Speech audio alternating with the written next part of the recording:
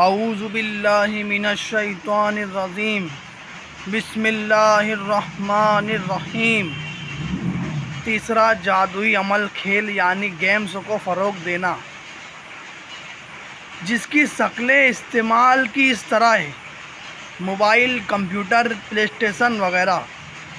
اب زیادہ تفصیل کے ساتھ لکھنا مناسب نہیں، کیونکہ اس سے پہلے کے دونوں شیطانی عمل میں تفصیل سے بیان ہو چکا ہے، اس لیے اب چند اشاروں کے ذریعے یہ سمجھانا مناسب خیال کرتا ہوں۔ دجالی مشن کے تحت کام کرنے والے افراد نئی ٹیکنالوجی کے ذریعے سے اس طرح کی تصویر کشی اور دلکش فلموں والے گیمز بنا کر انٹرنیٹ کے ذریعے سے اور DVD کیسٹ کے ذریعے اور موبائل فون کے ذریعے سے اور فلموں کو گیم کی شکل میں تبدیل کر کے اور پرانی تاریخی حالات و واقعات کو گیم کی شکل میں تبدیل کر کے معاشرے میں رہنے والے لوگوں تک فری اور کم داموں میں لوگوں اور اس چیزوں کو شوق رکھنے والوں تک ان تمام چیزوں کو پہنچا کر شیئر کروایا، یعنی دوسرے لوگوں میں اس کو عام کرنا ہوتا ہے۔ اور ان دجالی قائدین کا سب سے اہم مقصد اس طرح کے گیم بنا کر اس طرح کی حرکت کرنے پر مجبور کرنا جو اس گیم میں بتائے جا رہے ہیں، اور وہ اس مشن میں بھی کامیاب ہو چکے ہیں حد درجہ تک، کیونکہ اگر ہم اس کھلی حقیقت کا تجربہ کریں تو پورے معاشرے میں جو حادثات کا شکار ہو رہے ہیں اور کردار ادا کر رہے ہیں، وہ تو کرنے کوئی جادوئی عمل گیمز میں بتایا جا رہا ہے۔ مثلا لڑائی جھگڑے والے میں اس وقت تو گولی چلانا اور تیر تلوار سے وار کرنا ایک معمولی سمجھنا جانے لگا ہے، اور وہ اس طرح ہو رہا ہے کہ وہ دجالی قائدین نے جو گیمز کو بنایا ہے، اس میں وہ اس طرح کا کردار بار بار دکھا کر انسان کے اندر سے اس برے عمل کا ایک دم آسان کر دینا ہے۔ جس طرح انسان دوسرے انسان کو پتھر مارنا پسند نہیں کرتا، مگر آج کے وقت میں بم سے مار رہا ہے، اسے دوسرے انسان کو جو پہلے پتھر سے مارنے کو خوف کھاتا تھا، اور جس طرح وہ انسان جو راستے کنارے پر چل کر خوف کھاتا تھا، کہ وہ آج اسے راستے پر تیز رفتار گاڑیوں اور موٹر سائیکل چلانے پر مجبور ہو گیا۔ ان سب باتوں کا راز گیمز کے اندر سے باہر ظاہر ہو رہا ہے۔ آج معاشرے میں دیکھا جائے تو تلوار سے مارنا، گولی چلانا، ایکسیڈنٹ وغیرہ باتیں کتنی عام ہیں، اس کا پتہ ہر انسان کو ہوگا، کیونکہ دجالی قائدین نے اس طرح کا گیم بنا کر اس طرح کردار دکھا کر اس طرح کردار ادا کرنے پر مجبور ہو جاتے ہیں، اور کر کے افسوس کرتے ہیں کہ اس طرح بھی ہم سے ہو سکتا تھا، کیونکہ آپ نے اپنے دل و دماغ میں اس کردار کو دکھا کر اس طرح کا کام کرنے پر مجبور کر دیتا تھا، اور وقت ملنے پر اس طرح کا کردار ظاہر دکھایا جو آج پورے معاشرے میں عام ہے۔ اس لیے اس جادوئی اثر والے عمل سے بھی بچے۔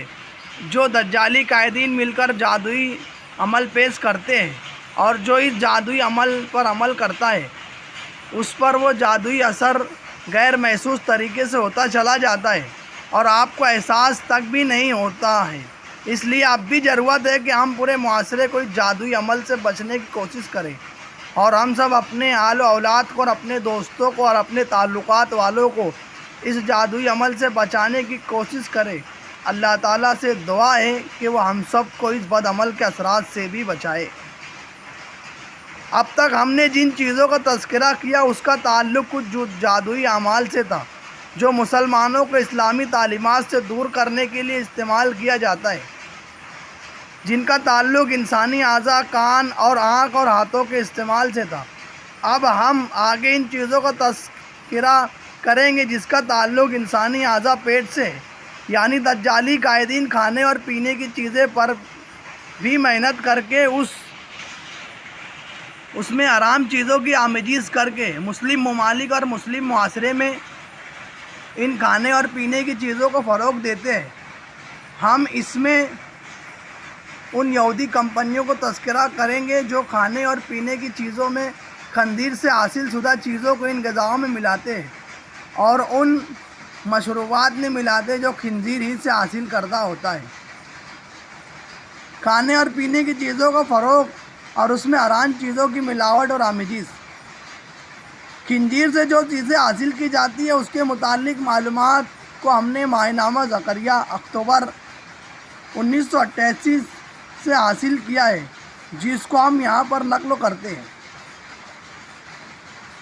متحدہ عرب امارات کی حکومت نے پروفیسر احمد مکشر بیروت کا ایک مقالہ شائع کیا، جس میں بڑی تحقیق کے بعد یورپ اور امریکہ کی ان چیزوں کی فہرست تو دی گئی جن میں خنزیر کے جسم کا کوئی نہ کوئی جزو ضرور شامل کیا جاتا ہے۔ ان اشیاء میں صابن اور کریم کے علاوہ کھانے کی چیزیں مثلاً چاکلیٹ، بسکٹ، پنیر، ڈبل روٹی اور مسروبات بھی شامل ہیں۔ مسلمانوں کا دینی فریضہ ہے کہ اس سلسلے میں حسب جہل خاص طور پر نوٹ کریں اور جن چیزوں پر بھی یہ لکھے ہوئے ہو سمجھ لے کہ ان چیز میں خنزیر کی چربی اور گوشت وغیرہ شامل ہے۔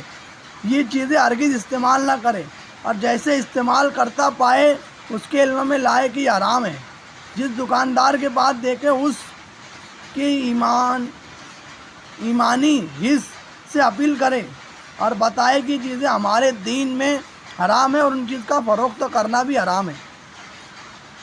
نمبر 1، پگ، ہاگ اور سوئن خنزیر کو کہتے ہیں۔ پورک، اسپورکل، ہیم، بیکن اور نمکین پورکر گوشت خنزیر کے مختلف نام ہیں۔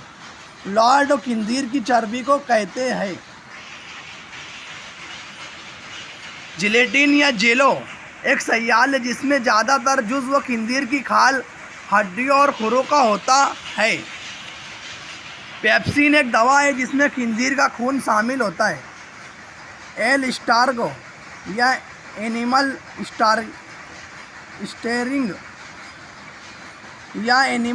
اسٹورنگ ایک تیل ہے جس میں عام طور پر کھانا پکایا جاتا ہے۔ اس میں زیادہ تر خنزیر کی چربی یا ایسے جانوروں کی چربی ہوتی جن کا جھٹکا کر کے گوشت بنائے جاتے ہیں۔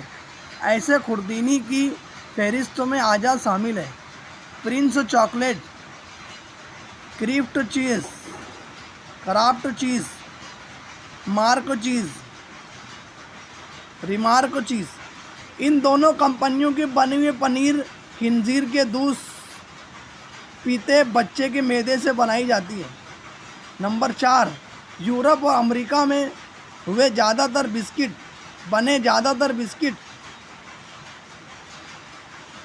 پپڑیاں اور روٹیاں خنزیر کی چربی سے تیار کی جاتی ہے۔ پیپسی کی مشروب میں پیپسی کولا مشروب میں پیپسین ملائی جاتی ہے۔ حسب ذیل استعمال کی چیزوں میں لاڑو یعنی خنزیر کی چربی شامل کی جاتی ہے۔ Lux, Camay soap, every soap لاٹا، safeguard, GKT، BRP cream, LTC cap. بالوں کی کریم، یہ تمام چیزوں کو کولگیٹ اور پیملیف کمپنیوں کی بنی ہوتی ہے۔ اس طرح کولگیٹ اور بورڈین فوڈ کے بنے ہوئے ٹوتھ پیسٹ بھی خنزیر کی چربی ہوتی ہے۔ سائنسی تحقیق سے پتہ چلا ہے کہ سوائے خنزیر کی چربی کے دیگر جانوروں کی چربی انسانی جسم میں گھل جاتی ہے۔ خنزیر کی چربی نسوانی لپسٹک میں ملائی جاتی ہے۔ حرام و حلال کا معاملہ بہت نازک ہے۔ پوری تحقیق کے بعد ہی حلال کو حرام کہنے کی جرات کرنی چاہیے اور اسی طرح حرام کو حلال کر دینے میں بھی مکمل احتیاط اور تقوی درکار ہے۔ اے لوگوں، جو چیزیں زمین میں موجود ہیں ان میں سے حلال اور پاک چیزوں کو کھاؤ۔ سورہ بقرہ آیت نمبر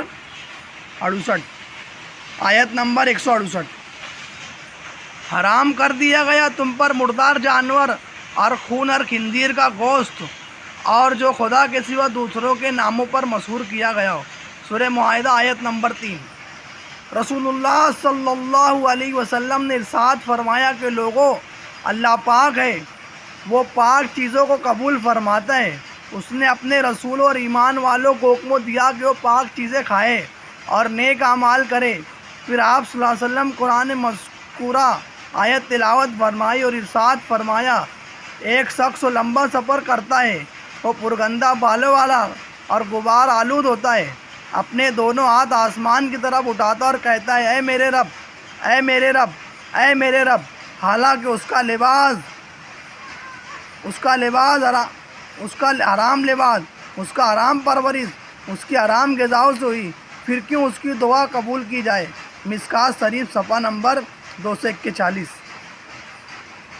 نبی کریم صلی اللہ علیہ وسلم نے ارشاد فرمایا کہ عنقریب ایک زمانہ آئے گا، آدمی کا یہ حال ہوگا کہ وہ اس سے بے فکر ہو جائے گا کہ جو چیز لے رہا ہے وہ حلال ہے یا حرام۔ مشکوٰۃ شریف صفحہ نمبر 241۔